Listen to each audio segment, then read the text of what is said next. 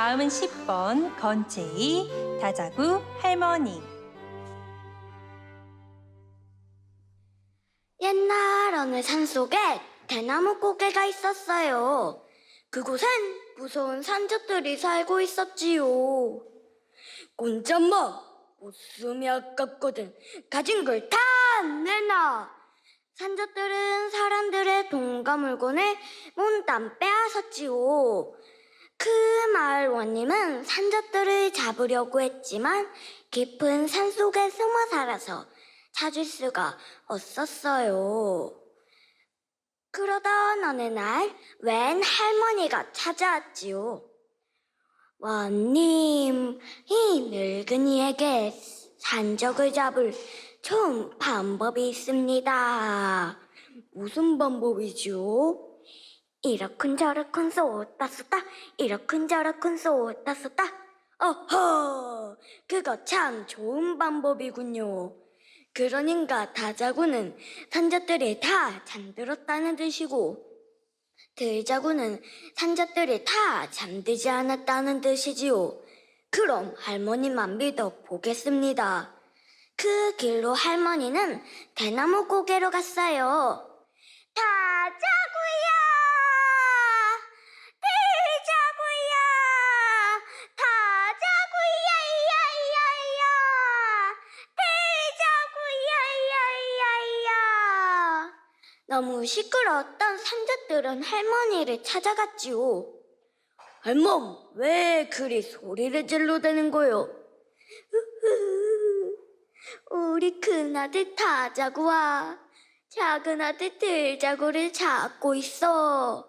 우린 그런 사람 못 봤소. 어서 내려가시오. 안 돼, 안 돼. 우리 아들들이 찾기 전에는 절대 못 내려가.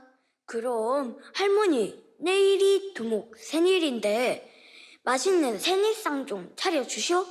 아이고, 그래요. 걱정 말아요. 할머니는 푸짐한 생일상을 차렸고 저녁이 되자 산적들은 술에 취해 잠이 들었지요. 할머니는 이때다 하며 바위 위로 올라가 큰 소리로 외쳤어요. 다자구야! 다자구야! 다 잠이 들었다우! 다자구야!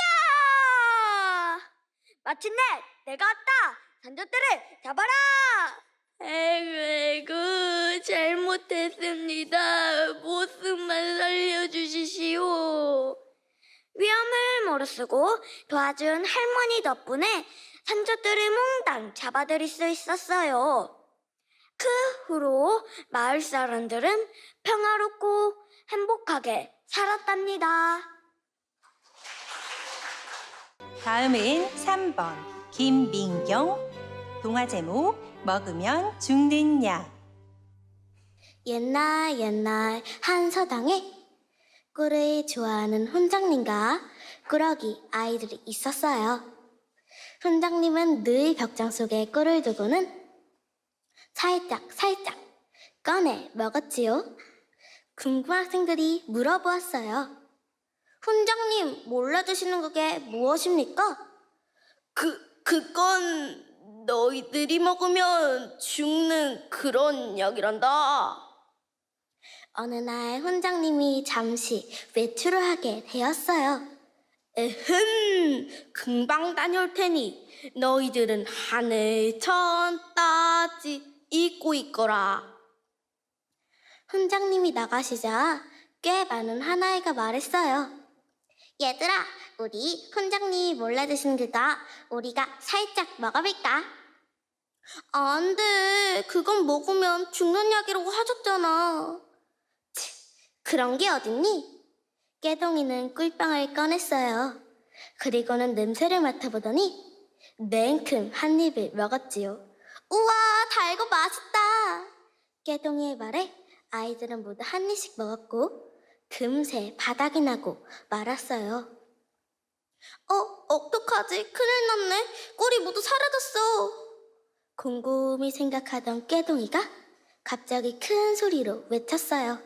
걱정 마, 내게 좋은 생각이 있어. 깨동이는 평소에 훈장님이 아끼고 아끼는 화병을 바닥에 쿵 깨트렸어요. 그리고는 아이들에게 모두 죽은 척 하도록 시켰지요. 잠시 후 훈장님이 돌아오셨어요. 모두들 공부 잘하고 있었겠지? 그런데 이게 웬일이에요? 공부를 하고 있어야 학생들이 모두 바닥에 엎드려 쓰러져 있는 것이 아니겠어요?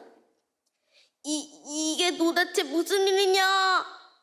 훈장님, 저희가 잠시 청소를 하다가 훈장님이 아끼는 화병을 깨뜨렸습니다. 그래서 저희 잘못을 뉘우치고자 훈장님이 먹으면 죽는 약을 먹었답니다.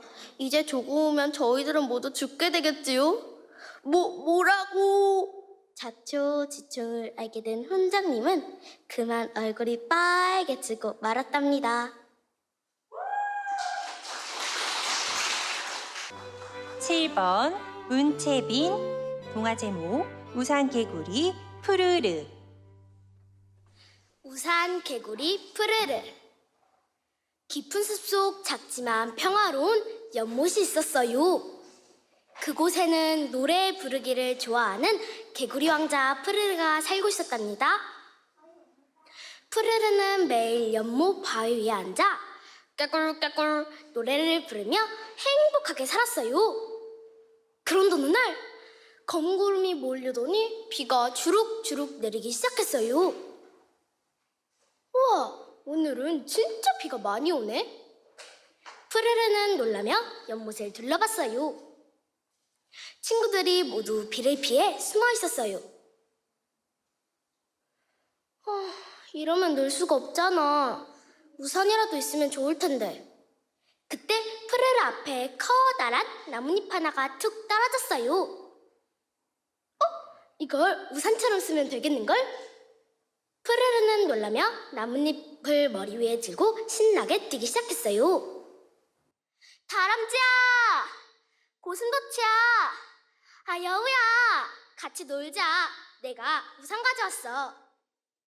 친구들은 처음엔 망설였지만 푸르르의 밝은 웃음에 하나둘 나왔어요.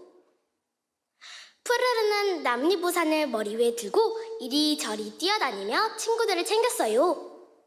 하지만 그때 갑자기 바람이 불었어요. 내 우산! 바람에 휙 날아가 버린 나뭇잎.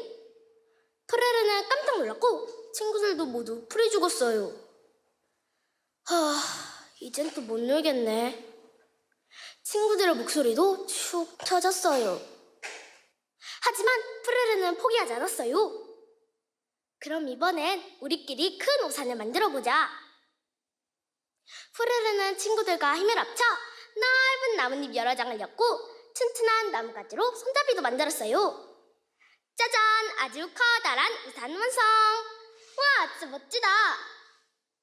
모두 우산 아래에 모여 앉아 비를 피하며 재미있는 이야기꽃을 피웠답니다. 푸르르는 말했어요. 우산이 작아도 마음은 크게 쓰면 돼. 그날 이후 푸르르와 친구들은 비가 와도 걱정하지 않았답니다. 비 오는 날엔 나뭇잎 우산이 최고지. 비가 내리면 모두 함께 우산을 들고 노래를 불렀어요. 개굴개굴 우리는 비를 좋아해. 푸르르는 말했어요. 혼자보다 함께하니까 비도 신나. 그리고 숲속 친구들은 비 오는 날마다 모여 푸르르와 함께 즐거운 시간을 보냈답니다.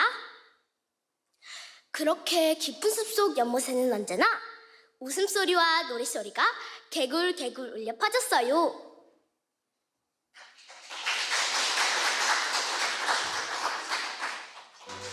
다음은 8번 윤소리. 동화 제목 내 동생은 아기 고양이.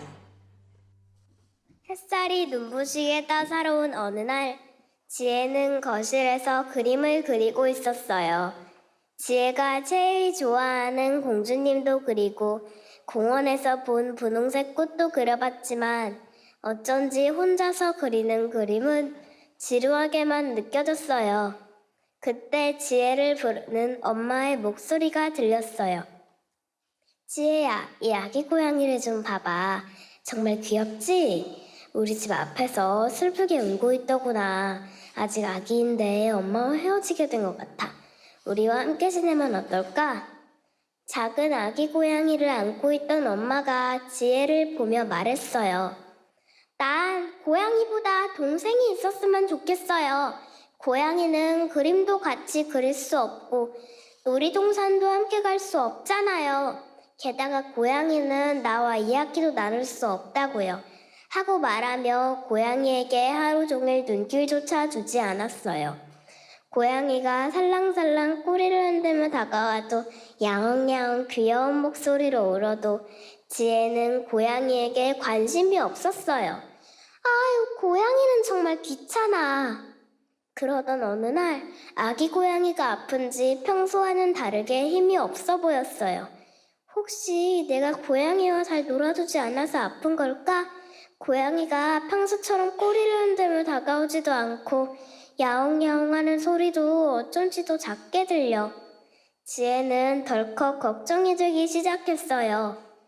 한참을 고민하면서 주변만 맴돌던 지혜는 용기를 내어 아기 고양이 곁으로 다가갔어요. 아기 고양이야, 이제 내가 잘 놀아줄게. 그리고 같이 놀아줄게. 그러니까 아프지 마.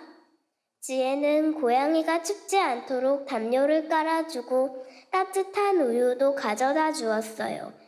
그리고 사랑해 하고 말하며 아기 고양이를 다정한 손길로 보살펴 주었어요.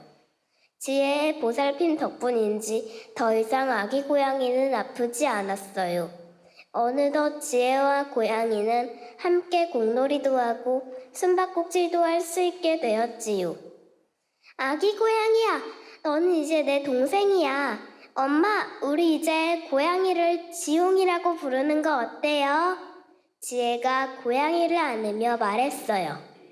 그래, 그거 좋은 생각이네. 지혜 동생 지용이. 정말 멋진 이름이다. 지혜야, 지용아, 우리 이제 더 행복하게 지내자. 좋아요, 엄마. 나는 이제 지용이랑 더 재밌게 놀 거예요. 지용아, 사랑해.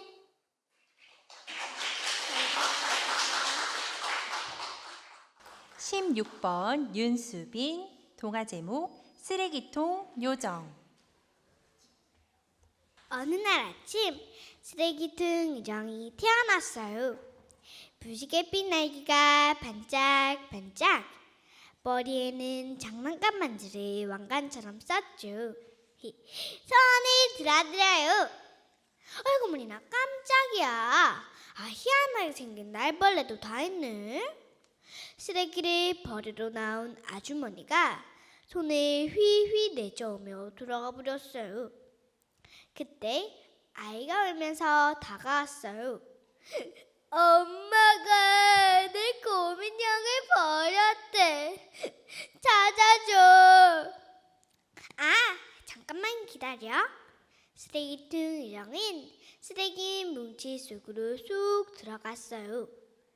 바스락 바스락 우당탕쿵. 마침내 낡은 곰인형을 꺼내들었어요. 우와, 내 곰돌이 정말 고마워. 아이는 곰인형을 안고 활짝 웃었어요. 또 누가 왔으면 좋겠다. 그때 낡은 손수레를 끌고 오는 할아버지가 보였지요. 손을 들어드려요. 아이쿠, 깜짝이야. 그럼 혹시 우리 할머니 좋아할 만한 게 있을까? 오늘이 결혼기념일인데 벌이가 영 시원치 않아서 말이야. 수레에는 폐지 몇 개만 뒹굴고 있었어요. 저만 믿으세요. 쓰레기통 요정은 쓰레기를 뒤져보았어요. 마땅한 게 없어. 이거다! 여기 할아버지, 할머니가 좋아하실 거예요. 쓰레기통 요정은 자기 머리에 쓰고 있던 장난감 반지를 내밀었어요. 하지만 이건 내 것이잖니. 괜찮아요.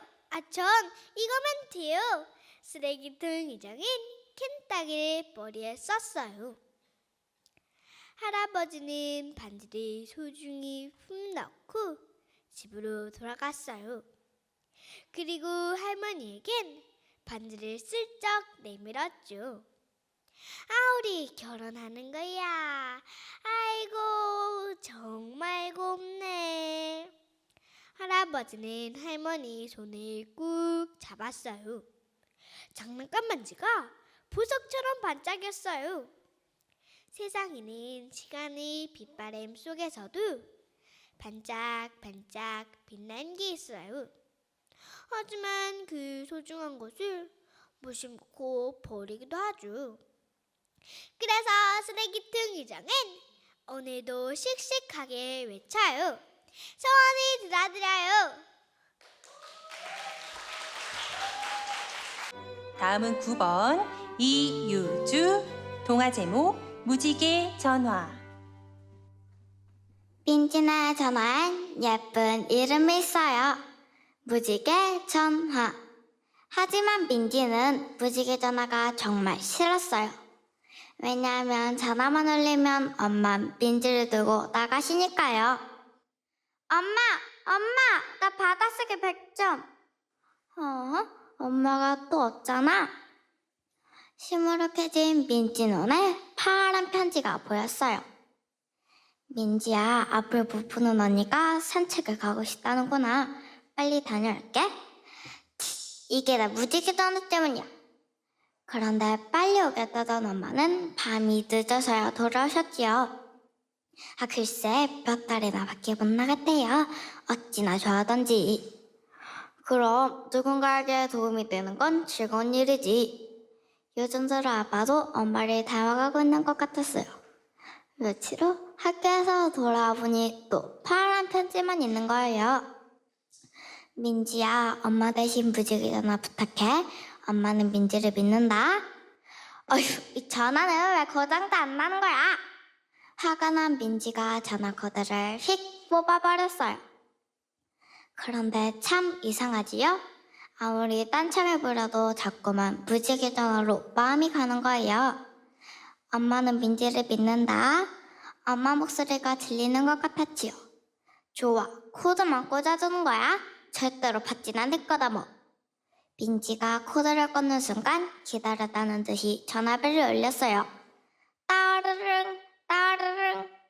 어떻게 하지? 좋아, 딱 한 번만 받아줄 거야. 여보세요, 무지개 전화입니다. 도움이 필요하시면 말씀하세요. 민지는 자기도 모르게 엄마처럼 전화를 받고 있었어요. 전화기에선 할머니 목소리가 들렸지요. 여보세요, 제가 앞을 못 보는데요. 글쎄 우리 손자가 책을 읽어달라고 저렇게 울고 있네요. 네, 거기가 어디인가요? 거기요. 곧 가겠습니다. 이번엔 민지가 엄마에게 파란 편지를 썼어요. 엄마, 봉사활동 다녀올게요. 어느새 민지도 엄마를 꼭 닮아가고 있었답니다. 다음은 18번 정서희. 동화 제목 무엇이든 잘할 수 있어요. 어느 두메 산골 작은 들에 축제가 열렸어요. 자, 지금부터 열매 대회를 시작하겠습니다. 모두들 자기의 멋진 모양을 마음껏 자랑하시기 바랍니다. 첫 번째로 단호박 총각이 나왔어요. 안녕하십니까? 기호 1번 캘리포니아에서 방금 수입한 단호박입니다. 목소리는 서툴지만 몸짱, 맛짱, 얼짱입니다. 오, 한국 사람 호박 범벅, 호박 된장국 매우 좋아합니다. 그 옆에 노란 레이스 속옷을 꾹꾹 끼어 입은 배추 아줌마가 말했어요. 아따, 두말할 것도 없단께. 사람들은 이 김치가 없으면 밥을 못 먹어부려. 그랑께 배추가 제일이란께. 아따, 참말로 거시기하냐잉. 다음은 얼굴이 빨개진 사과아가씨가 인사를 했어요. 진행님, 창북 청도사과입니다. 한번 드셔보이소. 새콤달콤 아주 맛있습니다. 이 뽀얀 피부는 어떡호예? 아주 뽀송뽀송하지예? 그런데 아직 대회에 참가하지 않은 참깨 가족이 있었어요. 엄마, 나도 열매 대회에 나가고 싶어요. 아가야, 안 돼. 작년에 엄마도 1등할 자신이 있어서 참깨 자랑을 하다가 글쎄 배추 아주머니 치마 속으로 쏙 들어가 버렸단다. 참깨 할머니께서도 말씀하셨어요. 몇 년 전에 내가 나갔을 때는 개미 식구쯤으로 생각하고는 아예 거들떠보지도 않는 거예요. 아기 참깨는 너무 속상하고 슬퍼서 엉엉 울었어요. 그러자 이상한 일이 벌어졌어요. 눈물로 흠뻑 젖은 참깨 가족이 참깨 덩어리가 된 거예요. 각종 열매와 곡식들의 자랑이 끝나자 옥수수 할아버지가 땅을 탁탁 치며 말씀하셨어요. 발표하겠습니다. 올해 열매상은 가족 모두 힘을 합한 참깨 가족에게 드리도록 합시다. 그 소리에 참깨 가족은 기쁨의 눈물을 흘렸답니다.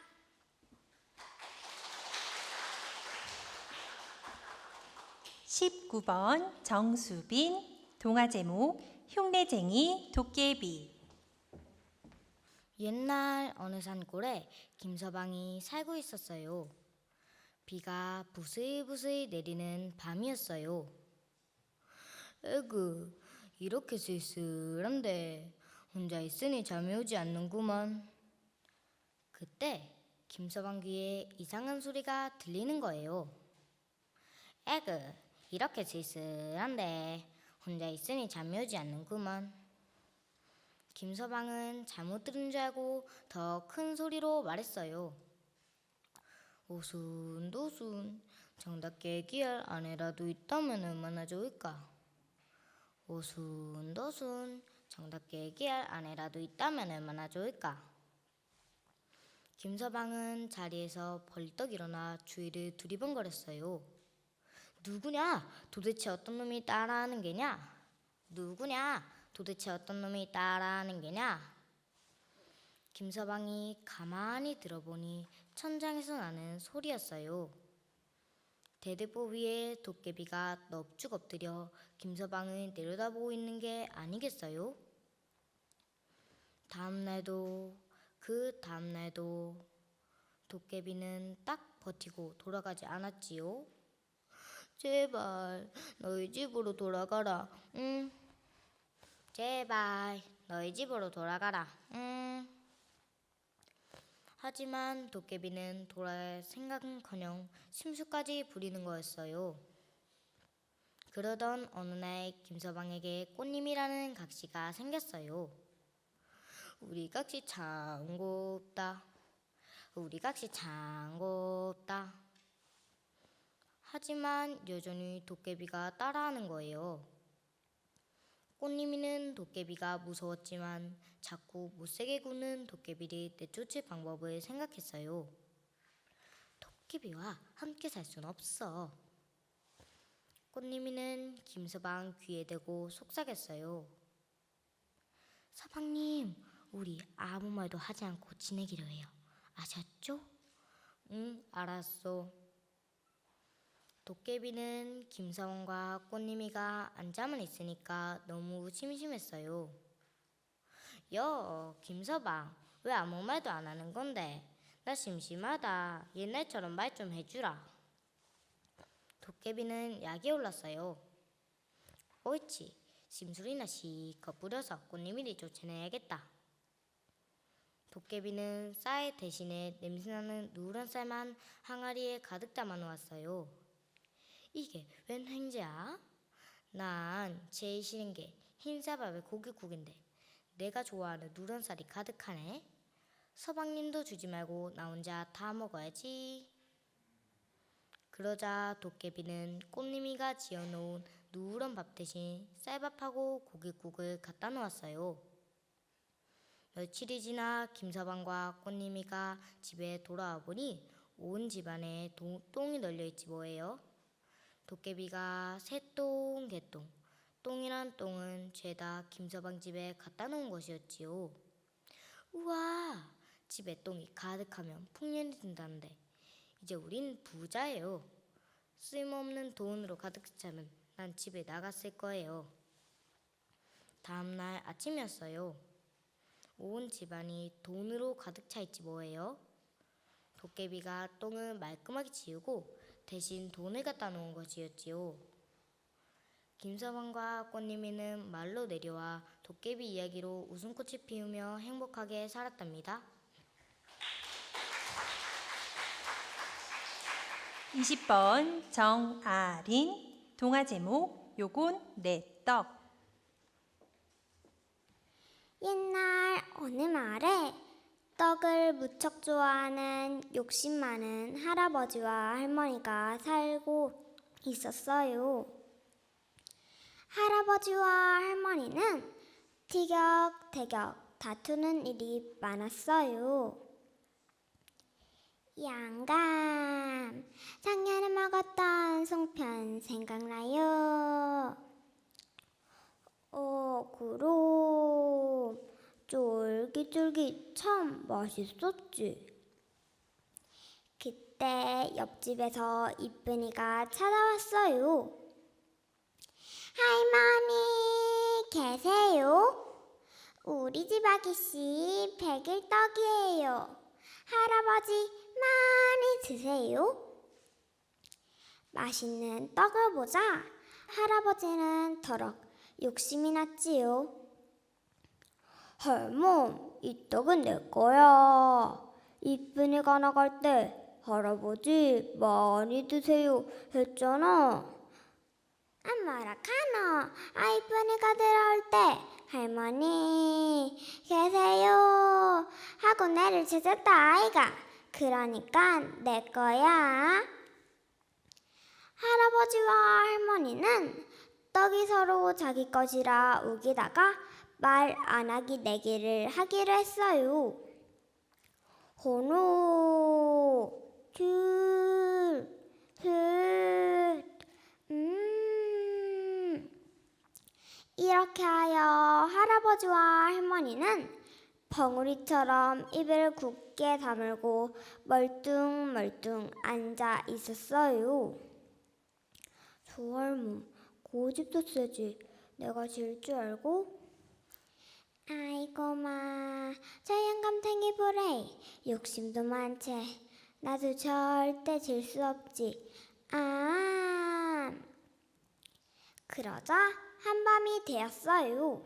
갑자기 쿵 하는 소리가 들리더니 시커먼 보자기를 쓴 도둑이 들어왔어요. 쉿, 가만히 있으면 해치지 않겠어. 두 사람이 눈동장님의 귀도 멀었구먼. 두 사람은 아무도 지고 싶지 않았기 때문에 입을 꾹 다물고 있었어요. 아이고, 아깝니다. 아이고, 아깝지만 할 수 없지. 참다 못한 할머니가 버럭 화를 냈어요. 말하고 있는 거예요. 떡 하나 먹겠다고 도둑을 보고도 가만히 있어요. 그러자 할아버지가 냉큼 떡을 집으며 요건 내 떡 하더래요. 과연 이 내기는 누가 이긴 것일까요? 다음은 21번 한지민. 동화 제목 두 친구와 새끼줄. 옛날 어느 마을에 태성이와 한성이라는 두 친구가 살고 있었어요. 두 집은 너무나도 가난해서 하루 세 끼 밥을 먹기가 어려웠지요. 그래서 이웃마을에 사는 부잣집 최대감을 찾아갔어요. 대감님, 저희들 집은 너무나도 가난해서 하루 세 끼 밥을 먹기도 힘듭니다. 저희를 대감님 댁에서 일하게 해주십시오. 너희가 나이도 어린데 힘든 일을 할 수 있겠느냐? 네, 자신 있습니다. 3년만 이 집에서 일할 수 있게 해주십시오. 태성이와 한성이는 다시 한번 간절히 부탁했지요. 3년이라. 그래, 그럼 어디 한번 해보도록 하여라. 최대감의 허락을 받은 태성이와 한성이는 뛸 듯이 기뻤어요. 우리도 이제 하루 세 끼 밥을 먹을 수 있게 되었어. 태성이와 한성이는 서로 부둥켜 안으며 좋아했지요. 그날부터 태성이와 한성이는 열심히 일을 했어요. 어느덧 3년이 다 되어 떠나기 전날 밤, 최대감은 태성이와 한성이를 불러 말했어요. 얘들아, 3년 동안 참으로 수고 많았다. 내가 너희에게 마지막으로 부탁할 일이 있단다. 내일까지 이 지프로 아주 가늘고 긴 새끼줄을 만들어다오. 네, 알겠습니다. 태성이와 한성이는 대답했어요. 그날 밤 태성이는 최대감이 부탁한 일을 하기 위해 밤늦게까지 새끼줄을 가늘고 길게 끄고, 한성이는 불만스러운 얼굴을 하며 속으로 생각했어요. 내일이면 이 집을 떠나는데 왜 네가 일을 해야 돼? 귀찮은 마음에 대충 해서 그런지 엉성하고 굵은 새끼줄이 되어버렸어요. 다음날 아침 태성이와 한성이는 지난밤에 만든 줄을 들고 최대감에게 마지막 인사를 하러 갔어요. 그래, 짐은 잘 챙겼느냐? 그리고 내가 어제 부탁한 일은 어떻게 되었는고? 네, 대감 여기 있습니다. 그래, 수고가 많았다. 떠나는 날까지 약속을 잘 지켜주어서 정말 고맙구나. 자, 이제 3년 동안 너희들이 내 집에서 열심히 일을 해주어서 상을 내리겠다. 너희들이 만든 줄을 들고 나를 따라오너라. 헛간에는 노란 엿전이 수북히 쌓여 있었어요. 너희들이 만든 줄에다 저 엽전을 깨어서 깰 만큼 가져가거라. 태성이와 한성이는 너무나 놀랐어요. 3년 동안 너희들이 내 집에서 열심히 일을 해주어서 특별한 상을 내리는 거란다. 주저하지 말고 엽전을 깨어서 가져가거라.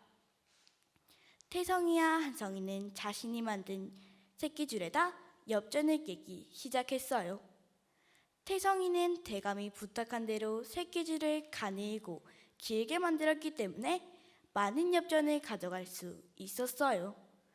하지만 한성이는 새끼줄을 굵고 짧게 만들었기 때문에 엽전을 깰 수가 없었대요.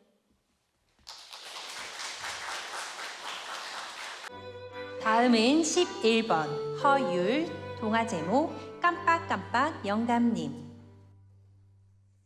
옛날에 무엇이든 깜빡깜빡 잘 잊는 영감님이 살았어요.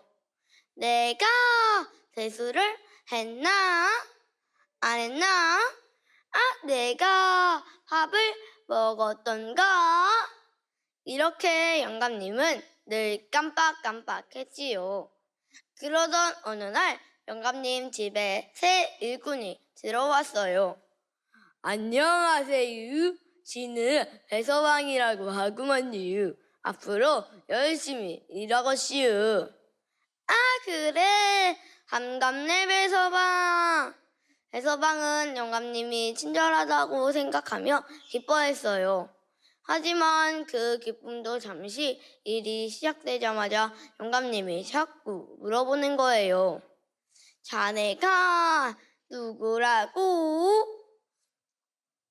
배서방은 조금 당황했지만 웃으며 대답했어요. 아유, 영감님도 참. 지는 배서방이에요. 배서방. 점점 지쳐가던 배서방에게 좋은 생각이 떠올랐어요. 영감님, 지 등에 배라고 적어 놓으면 어떨까요? 하지만 영감님은 글을 읽을 줄도 쓸 줄도 몰랐어요. 글을 모른다고 하면 나를 얕볼 텐데 이를 어쩌나. 옳거니 맛있는 배를 그리면 되겠구먼. 영감님은 잠시 생각에 잠기더니 무언가를 깨달은 듯 눈을 반짝였어요. 그리고는 종이에 동그라미를 그려 배서방 등에 붙였어요. 그런데 이걸 또 어쩌지요? 영감님은 이름이 또 생각나지 않았어요. 이름이 뭐였더라? 뭐였더라? 공서방? 생서방? 빵서방? 그때 영감님이 배서방 등에 붙은 종이를 보았어요. 여보게 빵서방! 빵빠라빵빵! 빵서방! 네? 영감님도 참. 지는 빵서방이 아니라 배서방이에요.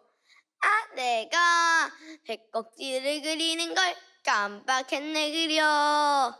영감님은 동그라미에 배꼽지를 그리며 웃으셨답니다.